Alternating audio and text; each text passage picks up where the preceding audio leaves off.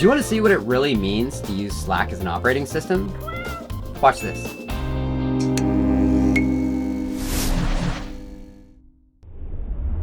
Hello and welcome back to Slack School. My name is Mike Reynolds. I'm your host. I'm part of the Slack team here at Salesforce. And today we're going to be starting a new mini series where we look at Slack as an operating system. I want to spend just a moment and talk about this idea of an operating system. And what do we really mean when we say Slack is an operating system? Well, I like to think about it like the way I think about my phone. If I need to get something done, I install an app on my phone, and then I'm able to use that app to get my job done. Slack is basically the same thing. Slack is a central tool that you install your apps in, and then no matter what you're doing, you can use Slack to get that work done.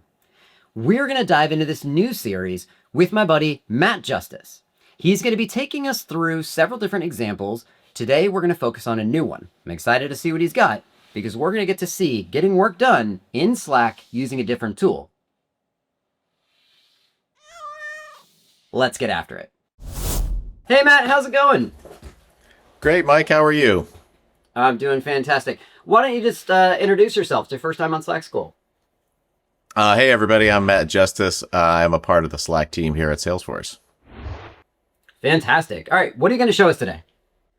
So we're going to talk about a very cool integration from a company, Cursor. They have a coding agent that lives inside Slack and can actually do a lot of really cool things for our developer friends out there. What we're looking at here, we have a payment bills channel. So this channel has anything that is related to a web application that receives payments. So think of this as you go to a web page, you need to fill out your payment information to pay for a product and ship it out. Now, you can see here that we also have a GitHub action result. So this is based on a test that GitHub runs when we create a new branch. But I'm not really sure what's going on here. So before I get into the weeds, I'm going to ask Slackbot a couple of questions here. So can you tell me about the recent failures of our web payment app in this channel? Now, Slackbot will look at the history of these recent payments, these recent failures, and give us a little summary of what's happening based on what other coding agents or other applications or what folks have been talking about here. So here we see a quick summary of the recent failures that are happening. It also has noticed that since this is a demo environment that we keep having the same issue over and over because we're merging and reverting a branch. So Slackbot's pretty smart. And the other thing that I'd like to ask Slackbot about here is, are we seeing this in any other channels? So I could ask, is there a more concise way that you'd want to see this information? But I kind of know what's going on. So I just want to ask, are there any other channels where this is being discussed? So this would give me some context on, are there other feedback channels? Are there other areas in the business where we might be seeing a similar issue to give me context on what's going on? So the other thing I'm curious about is there any business impact or any other channels where this is being discussed? So I'm just going to ask Slackbot, are there any other channels where this issue is being discussed? And is there any business impact? Now, Slackbot should look at all of the channels that I have access to and provide me some information based on, are we getting feedback from other channels? Perfect. So we can see that this is obviously being discussed in the channel that we're in. We're seeing some impact around actually the potential monthly revenue being lost of $180,000. So, hey, this is kind of a big deal. So we want to see what we can do to get this fixed as quickly as we can. Now, my day job is not coding, but with the tools that we have in Slack and with Cursor, we should be able to figure this out. So we have some details in this thread here of where the failure is happening. You can see this is the repo that it's associated with. This is the branch, and this test has failed. So we're just going to come in and reply to this thread, and we're going to invoke our Cursor agent and say, Cursor, can you investigate this? So the Cursor agent, we added into this workspace, and we've done some configuration on the back end to allow it to look at this particular GitHub repository, allow it to read and write. So here we can see that Cursor has launched a cloud agent, and it's going to investigate this particular repo. So it's identified from the context of this message that this is the repo that it should go look at. We have given permission within the Cursor environment, and it's going to use this model to go and look. Now, I could move on with my day, continue going to meetings, and let this agent work, but I kind of want to see what's going on under the hood. So if we toggle out to Cursor, this is what's actually happening. So the Cursor is setting up an environment. It's going to look into the specific issue. It'll try to identify a root cause based on the test and based on the recent changes that have happened. And then it will either propose a fix or create a pull request for us based on the investigation that it does. Now, again, this is a non-deterministic agent, so it may do other things as well. Sometimes it does screen recordings, which are very cool, so you can actually see what the new code would look like when you're actually using it in production. And then we can decide whether or not we want to move forward with merging that branch based on the changes it's proposing. Now, the other thing that's very cool is if you look here on the left-hand side in Cursor, you can actually see all of the other agents that have been running. So, this happens to be one issue that we're looking into, and this probably will take a few minutes. But we could also have a series of agents looking at more complicated issues that could take days, hours, weeks to go and investigate. So if we're looking at something really complicated, we can set an agent off and have it do something much more complex. And so when you're doing that, if you have these really long-running tasks, I want you to evaluate a massive code base, so it's just going to take some time, that when that agent comes back, that still happens right in Slack. So you've sent that first message, and then maybe you don't get a message back from the agent until tomorrow, but it's all native in Slack?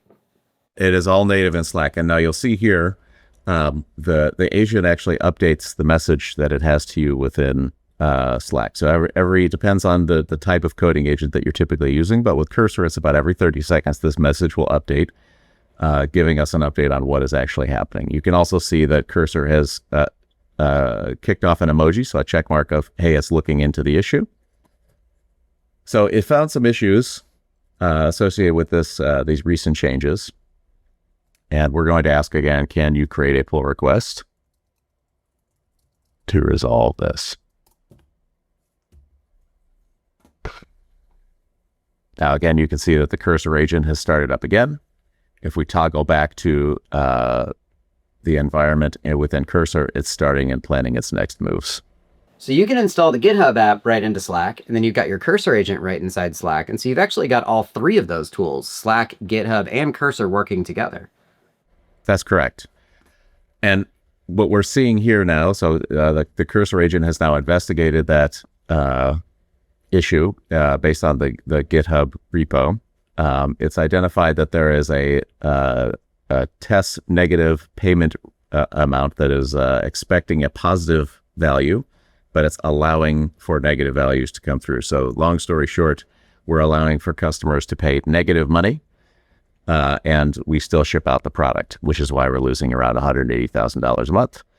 Now you can see here within Cursor, it's telling us what those changes need to be. And if we look back in Slack, we're seeing those updates happen as well. Now, you can see that it's also creating a pull request. So if we want to go out and look at that pull request and see what Cursor is proposing that we change. Again, based on the context that it has, it's giving a summary.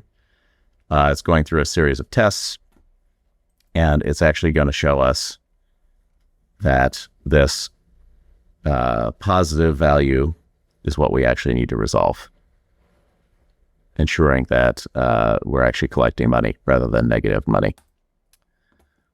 So when this is finished, we'll see a summary here, and I could go in and hit ready for review and merge my branch into production.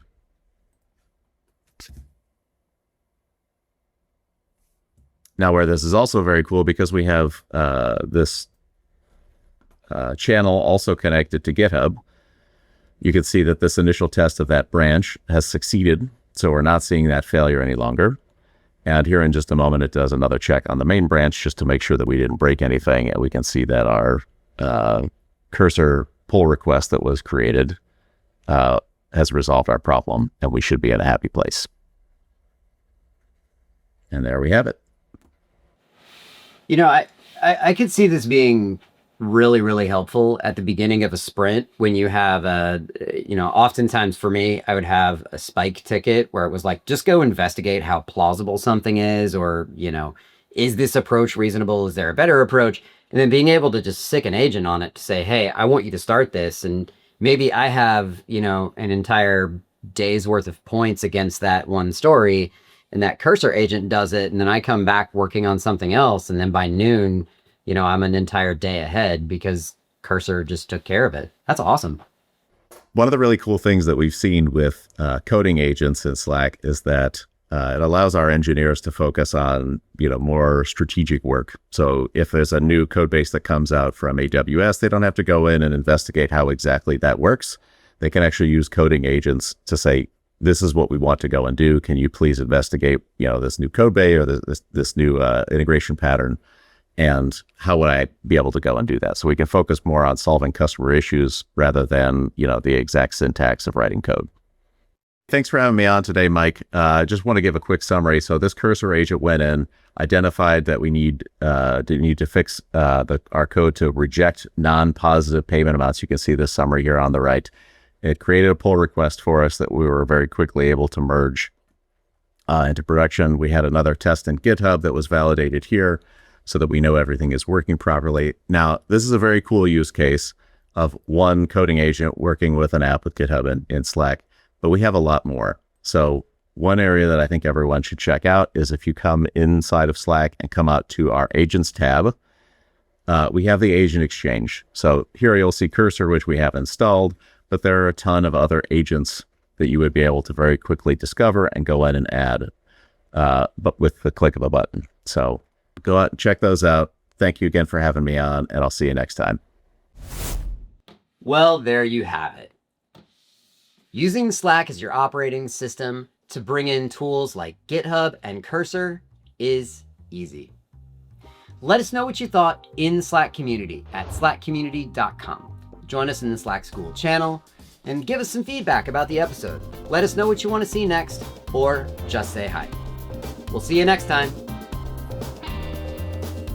Hey, you did a great job today.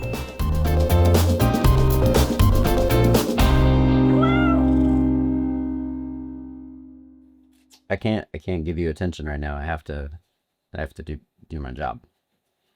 You're not supposed to stick your butt at the camera.